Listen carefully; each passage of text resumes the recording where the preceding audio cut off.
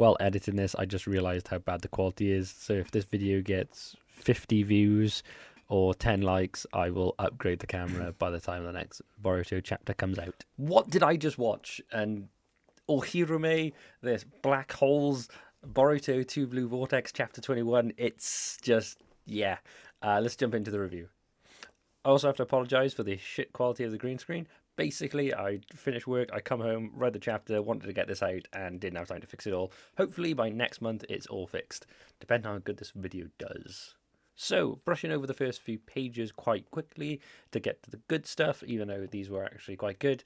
We see flashbacks of Sarada and Boruto, and it pretty much tells us that Sarada is so fixated on becoming a Hokage that she pushed back things such as like emotions, her feelings of Boruto and stuff like that she thought was stopping her from becoming the Hokage, which a bit silly if she knows anything about Sasuke and Naruto. Both of them are quite emotional. I mean, Naruto's entire story was going after his friend, but maybe Sarada doesn't quite know that.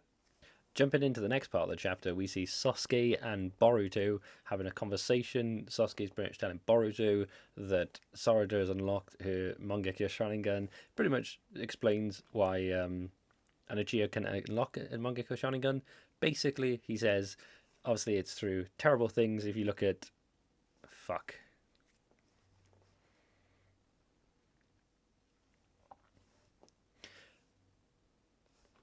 Jumping into the next part, we see Boruto just after he's been wounded. He's got his eye patched up, and Sasuke talking. Sasuke is pretty much explaining that he believes Naruto, he believes Boruto now, sorry.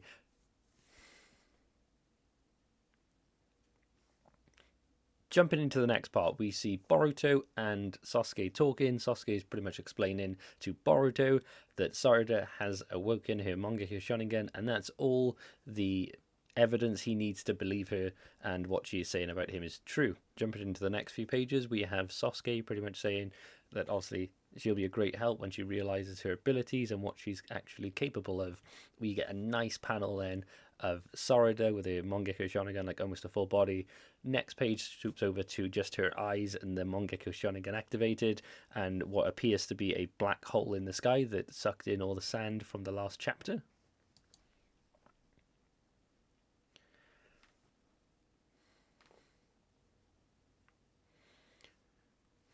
We see a little bit of conflict then between the Shinju and Sarada, and she's basically opened up a black hole behind her now, so he's trying to attack her with the iron sand, and it's getting all sucked into the black hole. He quickly realizes then that these black spears, I think black holes, but he says black spears, are Sarada's ability. Sarada then, looking pretty badass, tells Mitsuki basically to be a bodyguard and to protect himself, and she'll deal with this. He realizes her eyes. Don't know if he actually realizes at this point that it's the Mangekyou Sharingan, but maybe. Sarada then says, don't worry, even though I just unlocked these abilities, I already know how to unlock these eyes, sorry, I already know how to use them, which is a common trait if you look at Sasuke as soon as he got his powers from Itachi, or if he got his powers from killing Itachi. Is a bit of a fan divide between what actually happened there.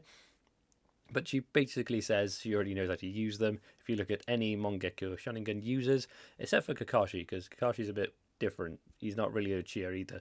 But they all have a in-depth ability about how to actually use the Mangekyou Sharingan abilities and exactly what they do. Not meaning that they mastered them at the start, as soon as they unlock them, but they just know what the abilities are.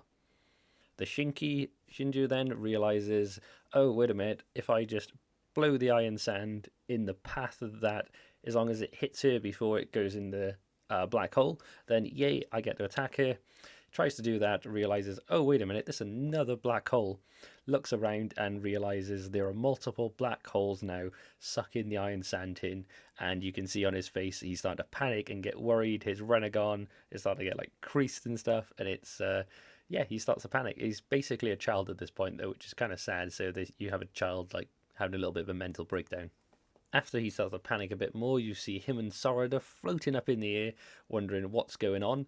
I'm guessing her ability works as like she can manipulate gravity, obviously, in these holes, and with her floating like that, she's getting gravitational pull from different black holes that is kind of floating her up and pulling her in different directions, but just making it look like she floats. Mitsuki then says gravitational force, kind of realizing what it is. Shinju tries to use his iron sand to grasp at the normal sand, realize it doesn't work because it's all getting absorbed anyway, and realizes, oh no, he's getting pulled in between towards this little spear. Sarada then looking pretty badass. Sarada then says a really badass line like, for too long I've averted my gaze. You see this Shinju then getting pulled into the gravitational black hole or whatever it is. And you realize that it's not actually this big, it's bigger than him at this point. Sarada has a bit of a monologue there where she's talking about, again, that she saw all these emotions and stuff like that as weakness, and she's rejected them all, and she really needs to learn to accept them, and by doing so she can actually achieve her goals. I think she's realized at this point as well that by rejecting all that, she's not just like limited her power, but she's also like pushed the different part of her. So this is also her like accepting everything and accepting herself really. Shinji then calls her a psycho as he's getting pulled into this black hole that's kind of absorbing him. It's not really clear what's happened. It looks like he's just getting pulled deeper and deeper in it. He tries to get a claw guy to jump out that also gets stuck in the gravitational field. Sarada then says, because if I run from myself, I can't save a single person. You see, obviously, the girl battered, a bit of blood in her mouth. I don't believe she's dead at this point. I know this whole thing of you gotta see someone died, your best friend died or whatever to unlock Mangekyou Sharingan. It would make sense to have her, Odo, I think it is, die at this point, but that tablet was manipulated with Black Zetsu, so that's not actually how you unlock the Mangekyou Sharingan. Sarada just floating in the air then. Her right eye starts to bleed, which makes me think she has two abilities, not just one. This is her using one Mangekyou Sharingan ability. The black hole and like the absorption or whatever it is just one ability. I really hope she has two. I'll explain at the end what I think her second ability is. Sarada then looking super badass. It's somewhere here, playing behind me. She says Mangekyou Sharingan Orihiname, which is a different name, I believe, or an alternate name for Amaterasu. So it's really cool how she's got that link to Sasuke, but I also want to know when they unlock the Mangekyou Sharingan, is that name just in their head, or do they get to name it themselves? You see the gravitational field then kind of like swishing around the Shinju, and him screaming as her eye, nice zoomed in picture of her eye starts to bleed again. I thought at this point, actually, it may not be just a black hole. It might be a collapsing star, these little orbs. So it's all getting absorbed. Like if anyone knows the end of a if anyone knows the end of a star cycle, they pretty much expand, and then they collapse in on themselves. I believe that's what this is doing. It's the star collapsing in on itself.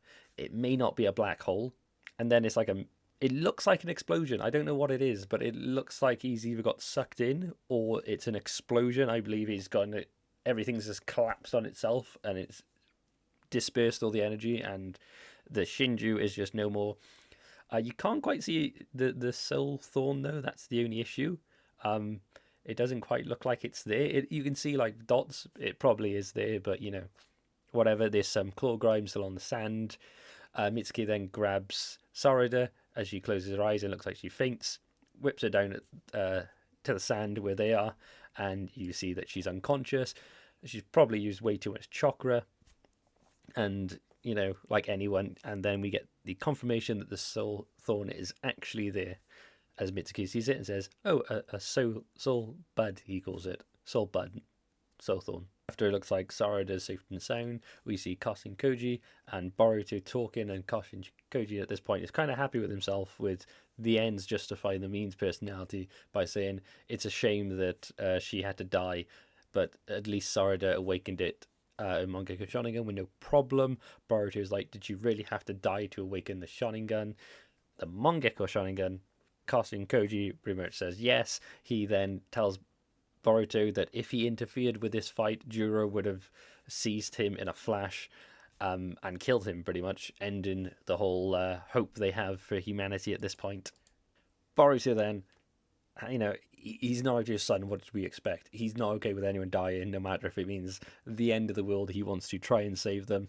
We get a flash then to Konohamaru getting impaled by just a torso at this point and a scarf type thing.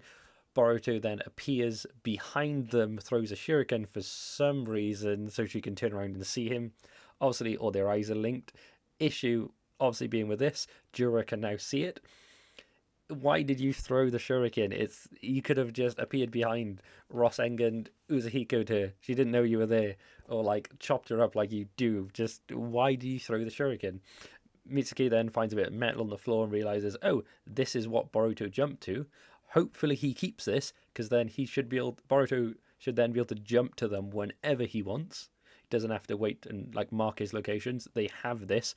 It's one of his pins, so I'm really hoping he gives this one to Mitsuki, and then gives another one to Sarada at the end of this. This will be great. Next, we see Boruto do his best Sasuke impression, or if you've ever played Metal Gear Revengeance, just chops her to bits completely. You don't see the Sothorn again, but it's probably covered by Boruto's cape.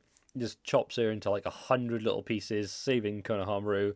And then Kajin Joji's like, you idiot, he's going to ruin everything. Not saying he ruined everything, he's going to ruin everything. So there's a possibility with this happening that Jura could come now, sees Boruto, but there's also a slight chance that he doesn't.